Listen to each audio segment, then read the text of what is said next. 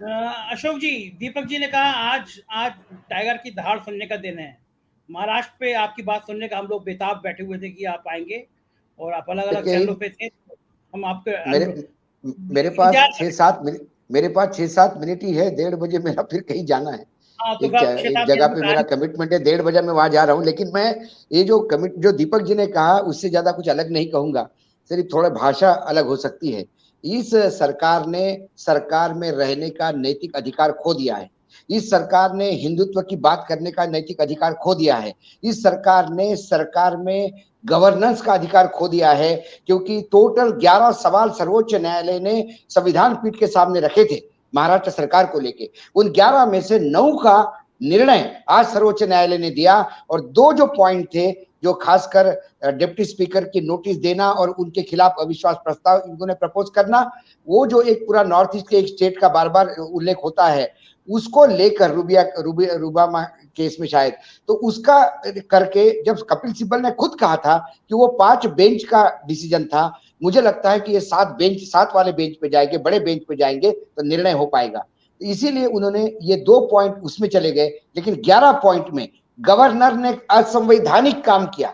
गलती की नहीं कहा उन्होंने, गवर्नर ने गलती नहीं कहा, असंवैधानिक काम किया। असंवैधानिक काम करना मुझे लगता है ये राष्ट्रद्रोह मानना चाहिए। क्योंकि एक चुनी हुई सरकार को जब आप डिस्प्लेस करते हो तो सरकार गिराने के षड्यंत्र में आता है। आपने असंवैधानिक काम किया। उन्होंने कहा कि किसी भी पार्टी के अंदरूनी झगड़े को आप फ्लोर पे ले गए। दूसरी बात, उन्होंने कहा कि आपने किसी भी हालत में ये मंगाना नहीं चाहिए था जो आपने बुलाया सत्र, क्योंकि जिन लोगों ने आप पे एप्लीकेशन दी वो भी नहीं कह रहे थे कि वो सरकार से अलग है।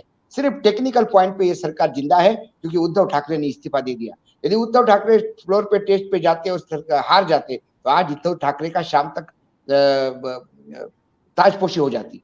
लेकिन मैं बार बार मेरे मन में ये बात थी, जो एक मैं लगातार भ्रमण कर रहा हूं महाराष्ट्र में, मैं देख रहा हूं ये शिंदे की सरकार बना रहना, ये महाविकास आघाड़ी को डबल बूस्टर डोज हो गया।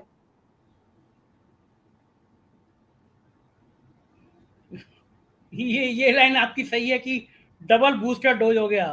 दोबारा दोबारा नहीं दोबारा नहीं, कैंडिडेट। एकदम एकदम टाइगर एकदम सही बात कर रहे हैं, और मुझे लगा बहुत सही इंटरप्रिटेशन है कि जिस तरह से ये सरकार दिन ब दिन अपनी मॉरल राइट खोती जा रही हो, जितना अंदरूनी मतभेद है सरकार के अंदर, चंद्रचूड़ ने उनको और समय देकर, मैं कह सकता हूं कि कहीं ना कहीं इस सरकार ये और ज्यादा भी एक्सपोज होगी।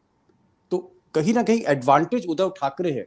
उद्धव ठाकरे जिस तरह से लगातार हैमर कर रहे हैं इस सरकार को, जिस तरह से वो ठोक रहे हैं हर अपने भाषण में, हर अपनी रैली में, वो पैनापन, वो एग्रेशन अभी और बढ़ेगा। ये कहना है टाइगर का। अभी तो ये जो सरकार है, एक उधार का सिंदूर, ये डायलॉग आप ही के चैनल से शुरू किया था। हाँ ये हाँ हाँ। सरकार तो वैसे ही उधार के सिंदूर पे है। लेकिन अब इसको बाकी जो सौभाग्य की जो चीजें होती है, मंगलसूत्र से लेके जो हाथ में हरा चूड़ा, वो भी उधार का हो गया। ये सरकार मात्र इसलिए अभी सत्ता में है क्योंकि उद्धव ठाकरे ने इस्तीफा दिया। यदि उद्धव ठाकरे इस्तीफा देते नहीं तो ये सरकार जाती। ये सर्वोच्च न्यायालय ने रेखांकित किया। मतलब आप सिर्फ टेक्निकल वजह से यहां पे हो। गवर्नर पोजीशन को उन्होंने बता दिया। कोश्यारी जी ने पूरे महाराष्ट्र से माफी मांगनी चाहिए। देवेंद्र फडणवीस को माफी मांगनी चाहिए क्योंकि वो अनैतिक सरकार के उप मुख्यमंत्री हैं।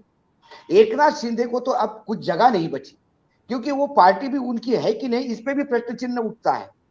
क्योंकि जब व्हीप उन्होंने अपॉइंट किया और स्पीकर ने उस व्हीप को जब एक्सेप्ट किया, तब इस बात को फिर से आज सुप्रीम कोर्ट ने रेखांकित किया कि पार्लियामेंट्री पार्टी अलग होती है और राजनीतिक दल अलग होता है। व्हीप अपॉइंट करने का ताकत राजनीतिक दल में होता है, ना कि पार्लियामेंट्री पार्टी में होता है। तो आपके पास विधायक थे लेकिन पार्टी नहीं थी। अब सवाल उठता है अब इलेक्शन कमीशन पे। आज इन 11 पॉइंट में से 9 पॉइंट जो उत्तरित हुए हैं और उसके उत्तर सारे महाविकास आघाड़ी के पक्ष में गए और सरकार को नंगा कर चुके हैं। ऐसे में अब सवाल मुख्य ये उठता है कि क्या चुनाव आयोग अपने गरिमा में झांकेगा, या चुनाव आयोग भी इतना बेशरम हो चुका है कि ये लताड़ से कुछ सीखेगा नहीं। चुनाव आयोग को तुरंत, चुनाव आयोग की इज्जत रखी सर्वोच्च न्यायालय ने, यह कह के कि चुनाव आयोग में हम इंटरफियरेंस नहीं करेंगे, वो अपना काम चालू कर सकते हैं। तो चुनाव आयोग को भी चाहिए था कि यदि ये मामला सर्वोच्च न्यायालय में है तो जब तक सर्वोच्च न्यायालय इस पर पूर्ण रूप से निर्णय नहीं देती तब तक ये सिंबल और नाम फ्रीज होते। दोनों को अलग अलग नाम और अलग अलग सिंबल दे दिए थे और इस पे कंटिन्यू चला होता। आज वो बोलते कि ये निर्णय आ गया है तो हम कुछ निर्णय लेंगे, लेकिन जल्दबाजी में उन्होंने बता दिया कि हम भी बाकी एजेंसियों जैसे पामिरियन कुत्ते बने हुए हैं सरकार के।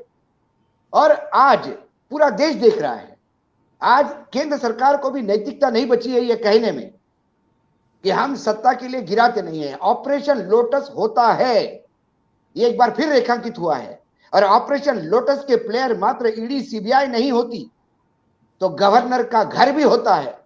गवर्नर उस ऑपरेशन लोटस के टीम के कैप्टन होते हैं। ये महाराष्ट्र के इस निर्णय ने जो आज सर्वोच्च न्यायालय ने दिया सबको नंगा कर दिया एक लाइन से।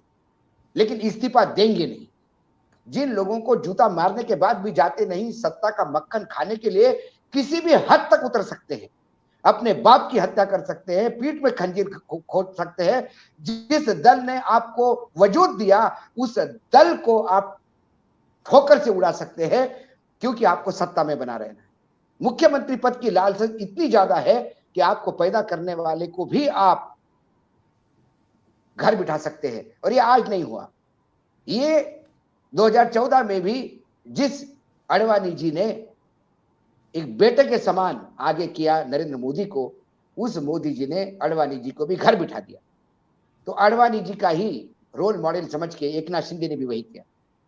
लेकिन मैं तो कह रहा था कि ये सिंगल डिजिट पे आएगी, लेकिन दीपक बाबू ये जो अभी हुआ है उससे तो मुझे और भी ज्यादा बीजेपी के लिए संकट बढ़ता हुआ नजर आएगा। और यदि बहुत होगी, थोड़ी बहुत होगी, यदि ये तुरंत विधानसभा भंग करके चुनाव में चले जाए और ये कहे कि सर्वोच्च न्यायालय के आदेश को सर्वोपरि मानते हुए हम जनता जनार्दन की अदालत में जा रहे हैं कि वो तय करे। एक अच्छा काम किया बीजेपी ने। आमतौर पे मैं देखता हूं जब बहुत फजीयत हो रही होती है तो एक नया शिगुफा जोड़ देती है। तो आरसीपी सिंह नीतीश के बड़े करीबी वो बीजेपी में शामिल हो गए हैं। आज आरसीपी सिंह का स्वागत चल रहा है। अशोक जी, महाराष्ट्र में ये बोझा कब तक बीजेपी लोग ढोएगी और अब क्या होगा? आप ये मत कह देना वो एक भी सीट नहीं आने वाली है। भारतीय जनता पार्टी ये महाराष्ट्र में खुद बोझा बन चुकी है। देवेंद्र फडणवीस ये भारतीय जनता पार्टी के लिए सबसे बड़े बोझ बन चुके हैं। अब ये आपस में एक दूसरे से कैसे निपटाएंगे इसका फैसला ये आपस में करेंगे। लेकिन अब भारतीय जनता पार्टी ओरिजिनल रही कहां है? कस्बा के चुनाव में बता दिया कि बीजेपी ने ही कैसे बीजेपी को निपटाया।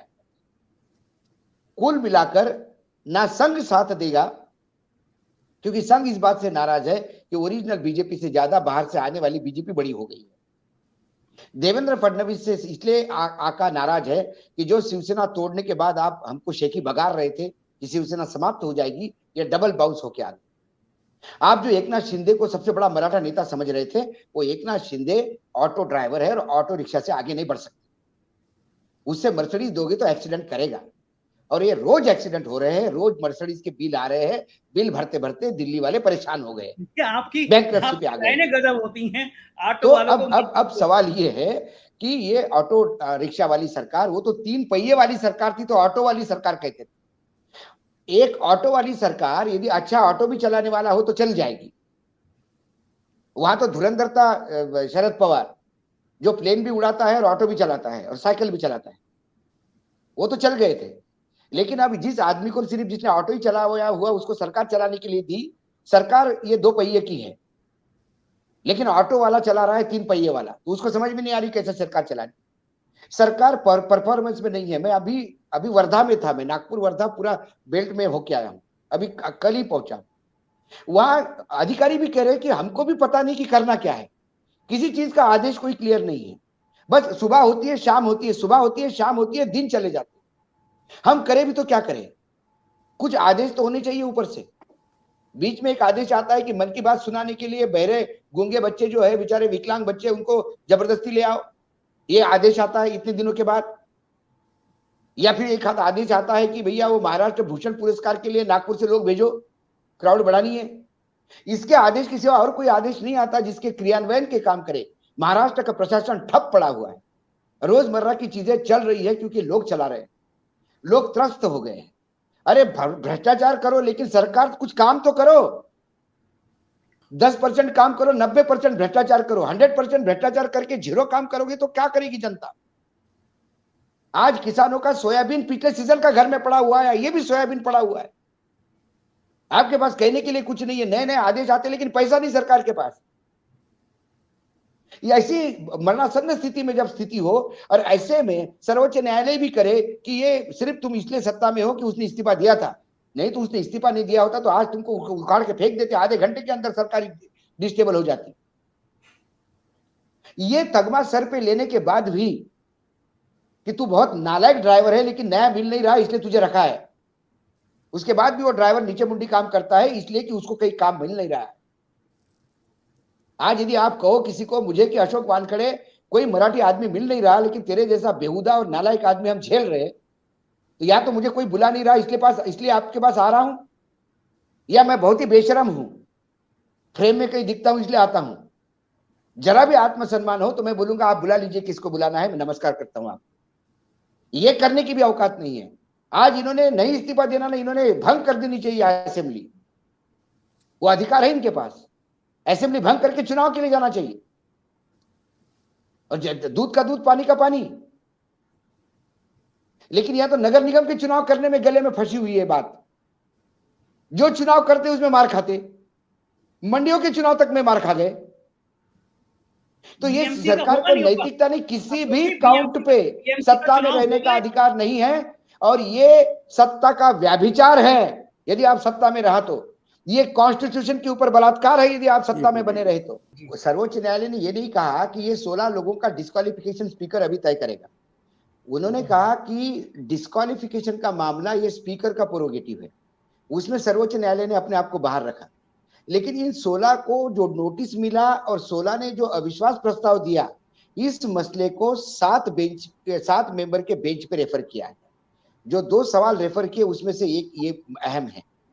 तो अभी उन 16 के डिस्क्वालिफिकेशन की तो बात ही नहीं है, वो तो इस स्पीकर के पास जाएगा भी नहीं। लेकिन यदि कल 7 बेंच का जो डिसीजन है वो ये कहता है कि स्पीकर ने दिया हुआ नोटिस सही था और अविश्वास प्रस्ताव गलत था, ऐसे में फिर एक मामला फंस जाएगा कि अब वर्तमान में इलेक्टेड स्पीकर अलग है और जिसने नोटिस दिया वो स्पीकर अलग था। तो अब इन लोगों का जो जवाब है, क्योंकि नोटिस देना मतलब डिस्क्वालिफिकेशन नहीं होता, नोटिस का जवाब आता है, जवाब देखने के बाद स्पीकर तय करता है कि he is not happy with the answer, तो ये डिस्क्वालीफाई होते। तो ऐसे में यदि वर्तमान स्पीकर ये बात सुने, वो तो बोलेगा कि मैं खुश हूं इस सवाल जवाब से और डिस्क्वालिफिकेशन नहीं होता। और यदि पुराने स्पीकर के पास ये मामला जाता है तो अभी वो सामान्य रूप से वो एमएलए है, वर्तमान में तो स्पीकर ये है।